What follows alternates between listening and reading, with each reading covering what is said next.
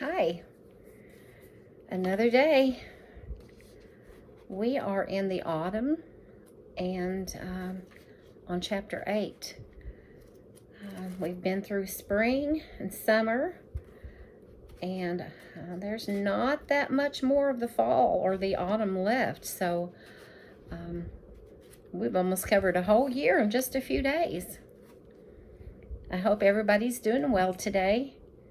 It's getting a little chillier back here in Louisiana again. It's been warm the last 2 days, but I think we're going to get a little chill in the air.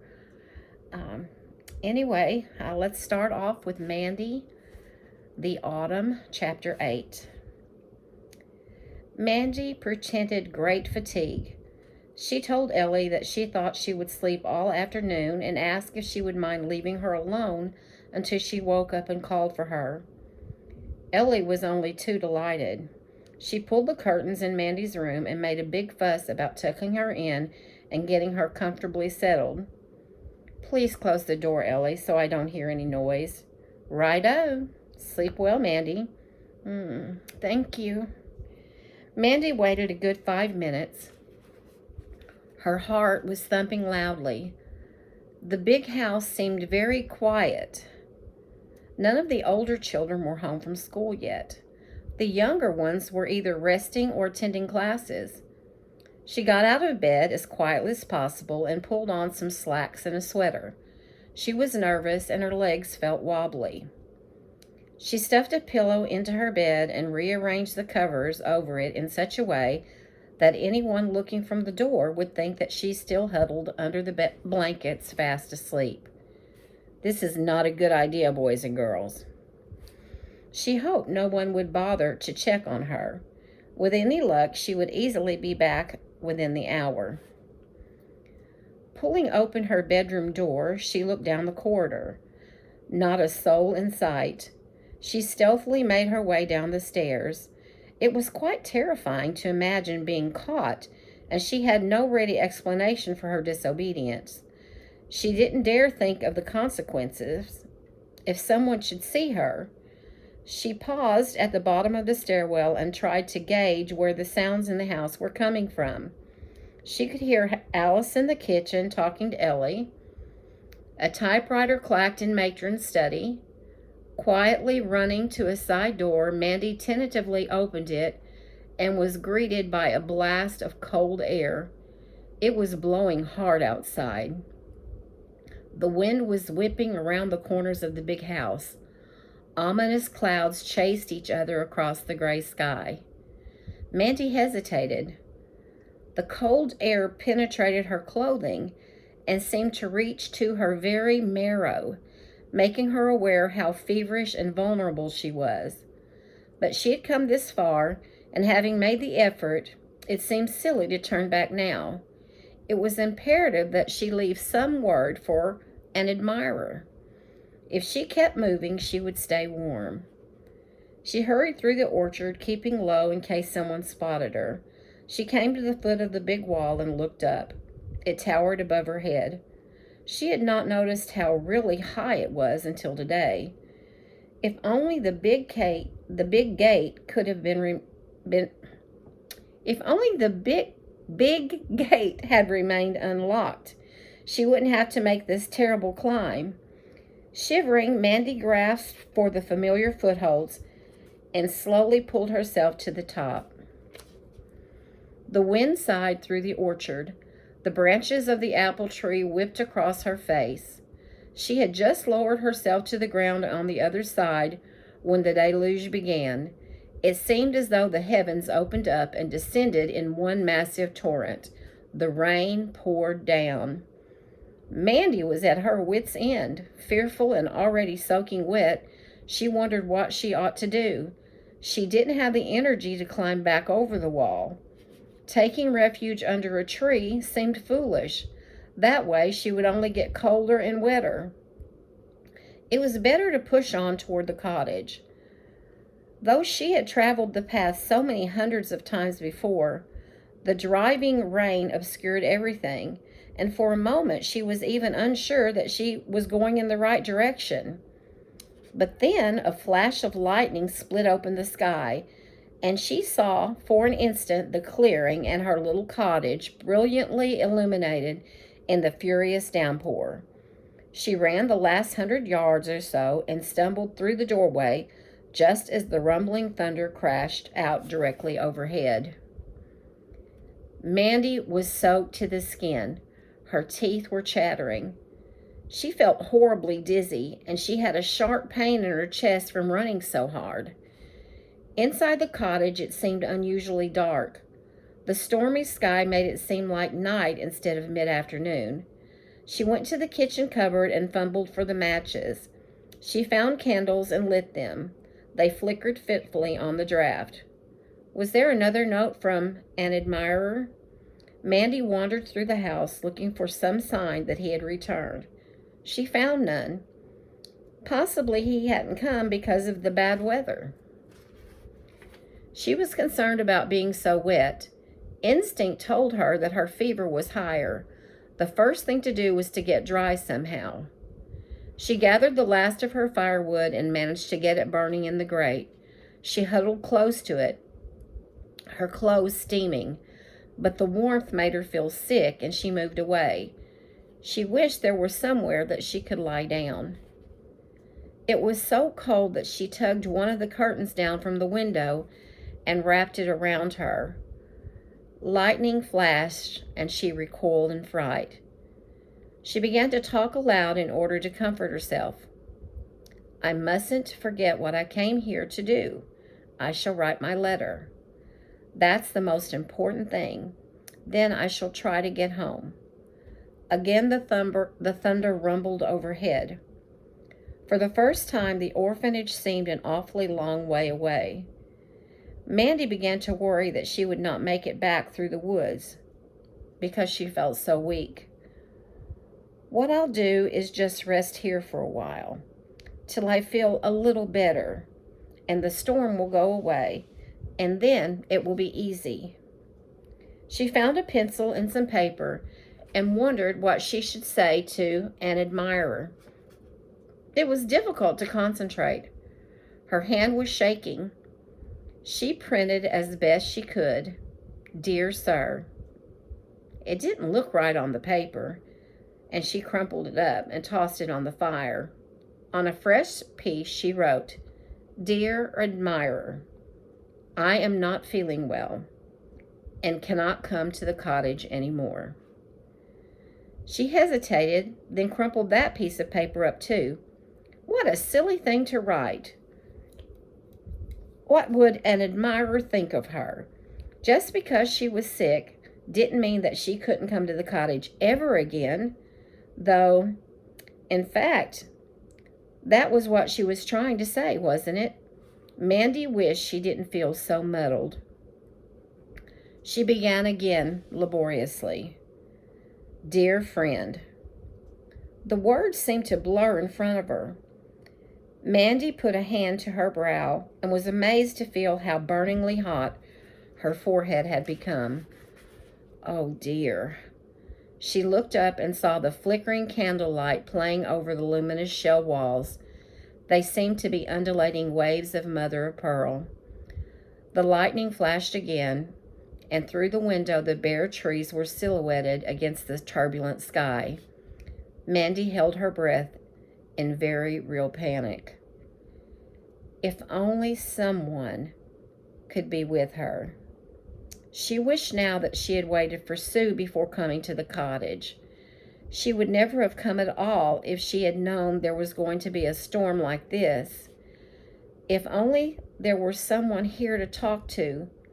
Even Chip the sparrow would have been company.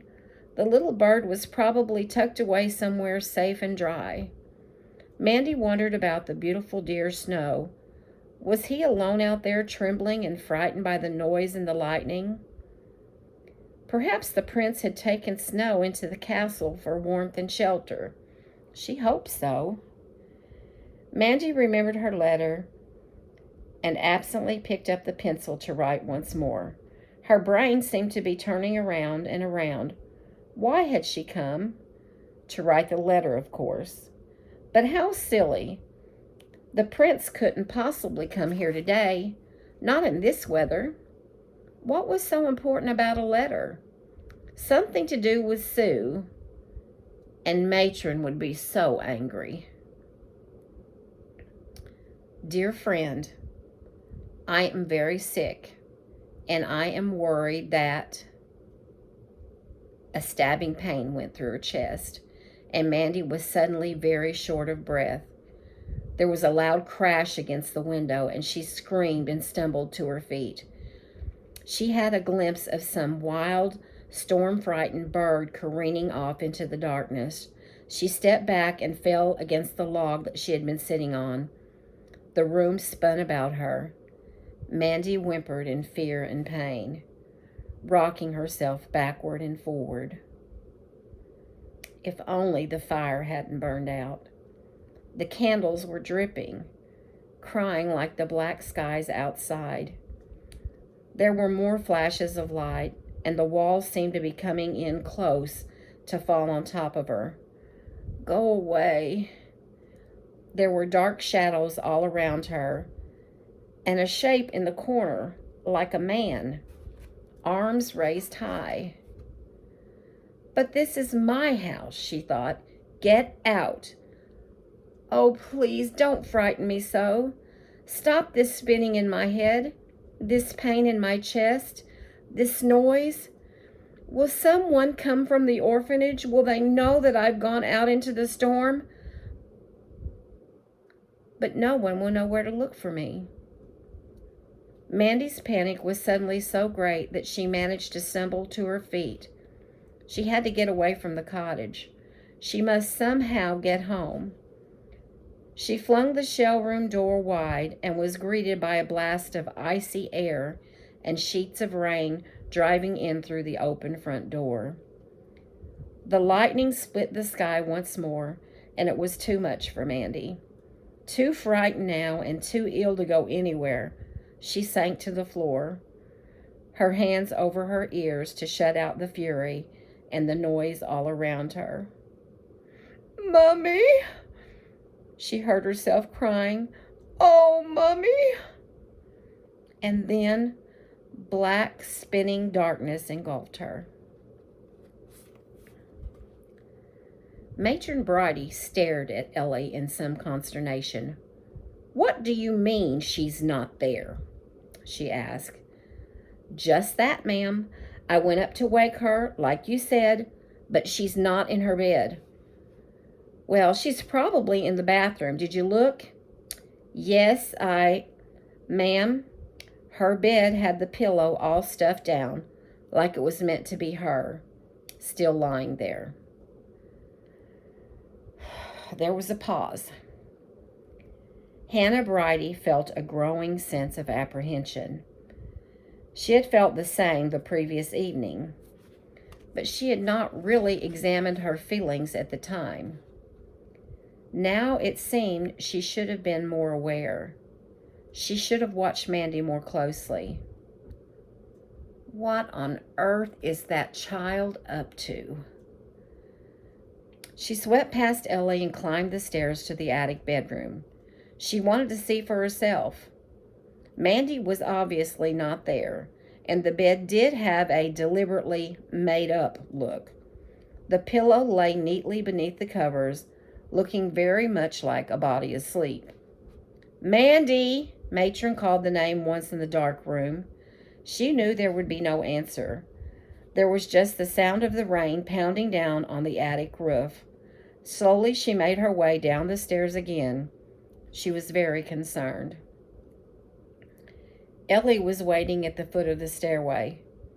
"Dr. Matthews is here," she said quietly. Matron paused a moment and then said, "Come with me, Ellie." She walked into her study. Dr. Matthews was standing by the fire. He was shaking drops of rain from his hair and wiping his forehead with a handkerchief. "My God, it's a dreadful evening out there. I got soaked just coming in from the car. Brian, a very worrying thing has happened. It's unbelievable that Mandy is missing. We can't find her. Ellie went to her room to wake her up just now, and she wasn't there. What? The doctor looked startled. What do you mean? A pillow has been left deliberately between the sheets of the bed. It looks as though she meant us to think that she is still there. But why would she do that? Surely she didn't go outside. I've no idea. I can't see why she would on such a terrible day, unless she was delirious or sleepwalking or something. She seemed fine, matron, when I put her down to rest, Ellie spoke up. But good Lord, if she is out in this weather, she'll catch her death. The doctor spoke on a rising note of anxiety. She could come down with pneumonia in 2 seconds flat. That child should not be out of bed at all. Matron turned to Ellie. Ellie, I want you to look all over the building. Don't say a word to anyone. Maybe she went to the kitchen to see Alice. Try there first. We mustn't panic about this until we're quite sure she's not in the house. Oh, and Ellie, find Sue and send her to me. Ellie nodded and hurried out. Why Sue? The doctor was surprised. Oh, just a thought. She and Mandy are very close. And something about the way they came home from school yesterday. It was when I first noticed that Mandy was sick. Matron thought back to the moment when she had seen Sue and Mandy entering the big house. Mandy had not only looked sick, but she had seemed upset and distraught as well. But the events that followed had taken Matron's mind away from that fact. She recalled it was then that she had first felt some vague apprehension. What if she's not in the house? Dr. Matthew was asking. Then I suppose I should call the police or something. Oh, dear. The doctor drew a pipe out of his pocket and lit it. Don't worry, Hannah. She can't have gone far. There's probably some very simple explanation for all of this. There was a knock on the door and Sue came in. Matron tried to hide her anxiety as she spoke. Sue, here's a fine thing. The doctor is here to see Mandy, but we can't seem to find her. Sue looked from the door to Matron and back again. She hesitated. Have you seen her at all? Did you see her go anywhere? No, Ellie told me not to disturb Mandy because she was sleeping, so I stayed downstairs when I got home. Then we have no idea how long she's been gone? Dr. Matthews looked significantly at Matron. Sue, this is very serious. Matron spoke slowly and clearly. We think Mandy has run away. Or perhaps she's hiding. I don't know. But she must be found. Otherwise, she could become very ill. Do you have any idea where she might be? Well, the young girl paused, frowning. Then she came to a decision. She may have gone back to the little cottage in the woods. Matron was aware that she must have had an incredulous look on her face. What cottage?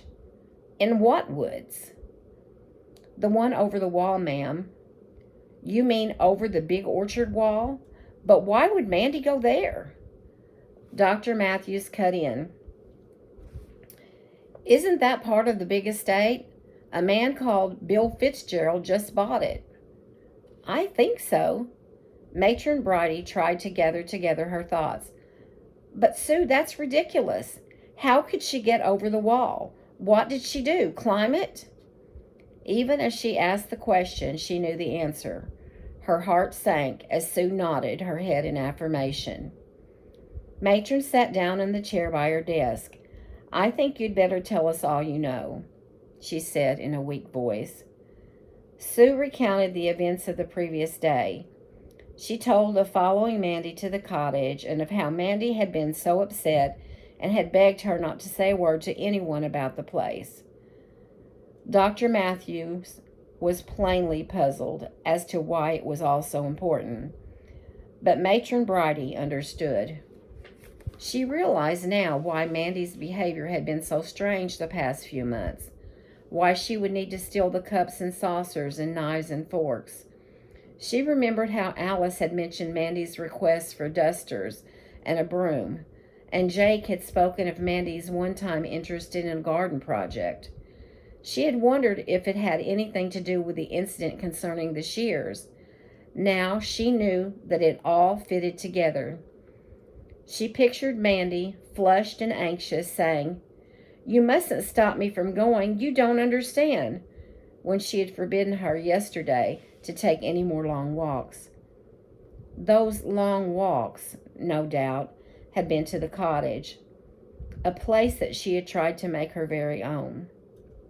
Matron Bridie reflected that in all her years at the orphanage, she had never seen a child express her desire for a home and a family more vividly. Her heart went out to Mandy. When Sue finished her story, there was a moment's pause. Then Matron spoke quietly. "Thank you, Sue. You've been a tremendous help, and I think I understand. Now, I want you to be very grown up and not say a word about this, about the cottage or Mandy or that she's missing, to anyone. Do you think you can do that? You know how upsetting it would be to the rest of the children." Sue nodded. "Will Mandy be all right? Will you be able to find her?" she asked in a small, worried voice. "Yes, I think so. And we'll tell you the minute we do."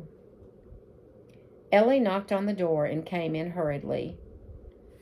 "Matron, she is positively not in the house. I really looked everywhere." She was breathless. "Yes, Ellie, I think we know where she is now, thanks to Sue. You'd better run along, both of you. It's almost dinner time." When they had gone, Matron looked across at Dr. Matthews. She sighed. "Oh, Brian, what a worry. I'll have to explain all of this later. Right now, I'm very much afraid that I have to make a phone call to the police station." She reached for the phone. "No, wait a minute." The doctor spoke quickly. "You're going about this the wrong way, Hannah. If Mandy is on the Fitzgerald property, then the person to call is Bill Fitzgerald himself. He can reach Mandy far more quickly than the police can. They'd have to get his permission to go to the cottage anyway. It would waste a lot of time, and we need to reach the child as fast as we can." Matron hesitated. "Yes, you're right."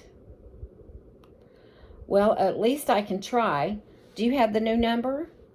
"Yes, I do," the doctor said. He took out a small diary from the inner pocket of his coat. "Here we are. Fitzgerald, Cranton House. It's 42731. As she dialed the number, Matron Bridie prayed that Mr. Fitzgerald would be able to help, and that they would find Mandy soon. Bill Fitzgerald looked at his pretty wife, Anne, sitting across from him at the dining table. He thought how nice it was to be having dinner with her in this cozy room. A fire was blazing in the grate. The silver shone in the candlelight. Samson the butler puttered at the sideboard, handling the warm plates and covered tureens with accustomed assurance. He was the complete opposite of his biblical namesake. Old and tall and thin as a reed, he had been with the family for many years. Bill looked out at the rain beating against the sash windows. It was driving so hard that the park at the back of the house was completely obscured. It was dark early tonight. Good to be indoors at such a time. He was glad of the break for dinner. All through the late afternoon he had been working in his study, poring over the financial ledgers concerning the big estate, trying to plan and shape the future and draw up a suitable budget that would keep them within their means through the difficult months ahead. He turned to Anne. What date does Jonathan finish school? The 16th, I think. I can't wait to see his face when he sees this house. Oh, he'll love it, as I do. It's so beautiful here. She smiled across at him. Happy? Yes. Her eyes were warm and all affectionate. Samson came across the room carrying a silver platter. He bent and offered it to Anne. As she helped herself to the thinly sliced meat, a telephone in the hallway began to ring. Dash it! Bill drew a weary hand across his eyes.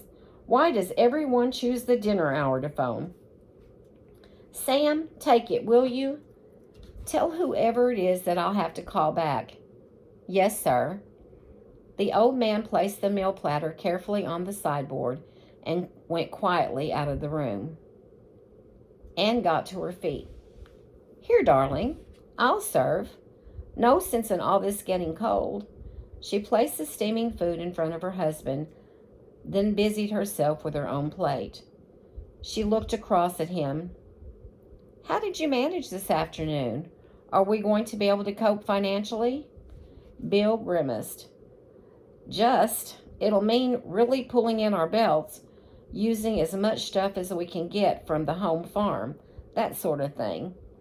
Think you can manage on a reduced allowance for a while? She nodded. It's worth it. Samson came back into the room. Sorry, sir, it's the matron from the orphanage on the phone. I told her you were at dinner. She apologized and said it's very important. She must speak with you right away.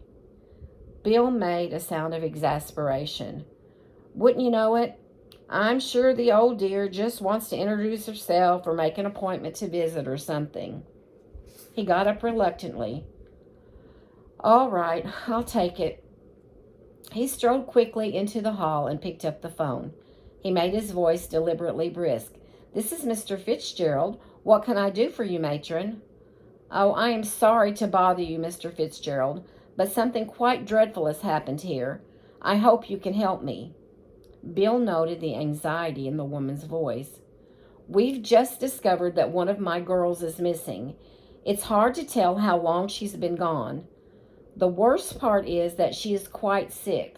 She had a fever this morning, and I can't imagine what made her get up and leave the orphanage. Good Lord! I think she may be on your property. That's why I'm calling.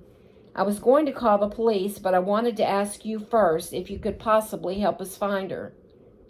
Is she dark-haired? About 10 years old? Yes. Matron sounded surprised. One of her friends thinks she may be in an old building in the woods, you know, near the wall that divides your property from ours. The Shell Cottage, Bill murmured. Yes, that's it. Oh, do you think you could check for me? I'm really quite worried. She could be seriously ill by now. I'll certainly do my best. I'm glad you called. Look, I'll get onto it right away and I'll call you back. Oh, thank you. There's relief in the woman's voice. Give me your number. Bill scribbled hastily on a pad as she gave it to him. Right. Now, if I find her, I'll bring her here. Could you call a doctor? Well, Dr. Matthews is with me now. He can come immediately. Good. I'll get back to you as soon as I can. Bill hung up the phone and went back into the dining room. Anne, a terrible thing. You know that girl I told you about from the orphanage? Well, apparently she's at the Shell Cottage, or they think she is, and she's sick and running a fever. You mean she's out there now? Anne was instantly concerned. Yes. The matron's frightfully worried. Darling, I'll need my raincoat. Quickly, I'll have to go and see if I can find her. Should I come with you? No. I'll have to take the mare. The car would never get through. Bill ran across the hall and down a passageway leading to the stable yard. Brendan!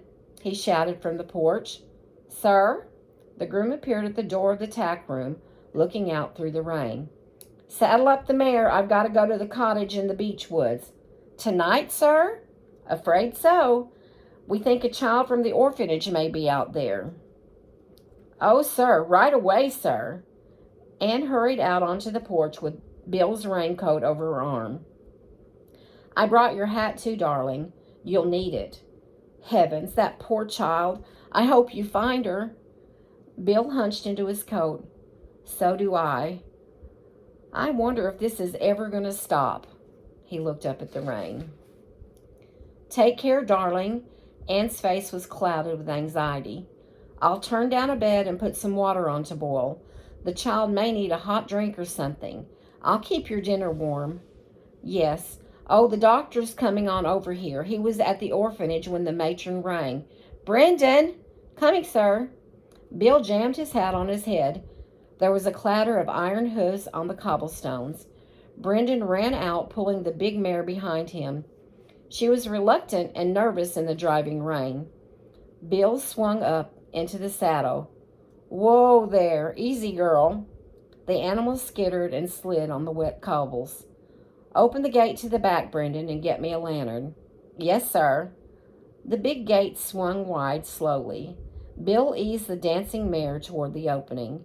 The wind was howling around the corners of the yard. Glancing back to the house, he saw Anne standing on the porch, her face white against the darkness. She waved anxiously. He raised an arm in farewell. The cold rain was already beginning to trickle down his neck. He turned up the collar of his coat and pulled it more tightly about him. Brendan hurried out with a lantern. Bill leaned down to take it. "Be careful, sir," the groom yelled. "Yes. Tell Mrs. Fitzgerald to turn on as many lights on the park side of the house as she can. It'll help me coming back." "Yes, sir." Oh my, what a night. Bill bent his head to screen his eyes from the rain and urged the big mare into a canter. They went streaking out through the tall white gates and disappeared into the pitch blackness. I had hoped to finish. Oh, there's just a few more pages. I hate to make y'all listen so long, but this is the last chapter of the autumn. Something was making a terrible noise. It was banging loudly and insistently, penetrating the thick fog in Mandy's head. "Get up, get up, get up, get up," it seemed to be saying. She tried to move, but the moment she did, a wave of nausea passed over her. She lay on the floor of the cottage, retching and coughing, reaching out for something to hold on to until the world stopped spinning. She could not lift her head. It seemed the heaviest part of her body.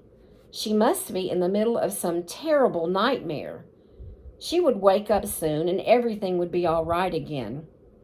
"Get up, get up, get up, get up." "Oh, stop the noise. Please stop." Mandy drew her knees up close to her chest and slowly rolled over onto them. She lay in a crouching, kneeling position. Opening her eyes, she saw her hands on the floor in front of her.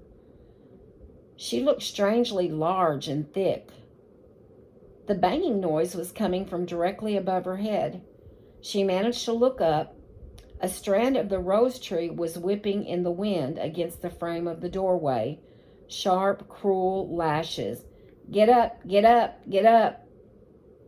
The sky outside was vividly bright for a moment, and Mandy moaned and shivered as the inevitable thunder followed.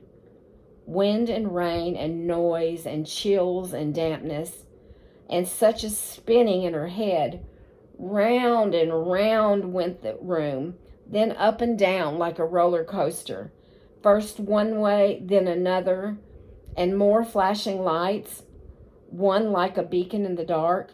She shielded her eyes from the glare and saw for an instant the dashing rain and the tall trees and the white garden gate like a skeleton in the night.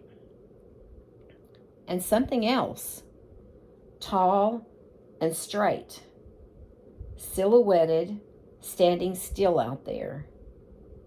It seemed to be reaching for the sky. She closed her eyes and when she opened them again, the vision came sharply into focus. It was a knight on horseback. Mandy thought it was her prince. Had he worried about her in the storm and come to rescue her?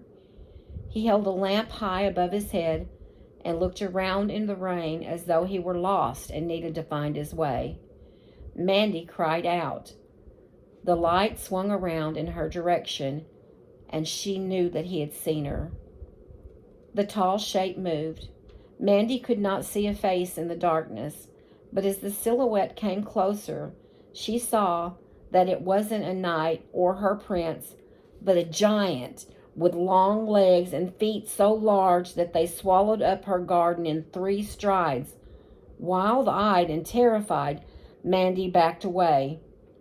Arms reached out for her, and she screamed and couldn't stop screaming. Incoherent words came tumbling out, too. She struggled weakly, but the arms were strong and lifted her high into the air. It's all right, little girl. It's all right. No one's going to hurt you. But still, Mandy cried out and fought against the softness that was being wrapped around her shoulders. She moaned, and the world was spinning again. There was movement and motion, and the voice kept talking softly. Mandy was so weak and exhausted that she couldn't fight for long. Little by little, she quieted and lay still, her consciousness spiraling down once again. She whimpered and turned her face away from the driving rain. She felt rough cloth against her cheek. To her surprise, it smelled good and felt warm. The arms about her were firm, holding her tight. She burrowed closer, rocking gently in the dark night. She sensed the strong body moving with her, and still the voice spoke soothingly and continuously. There we are, little girl. Nearly home now. You'll be all right soon.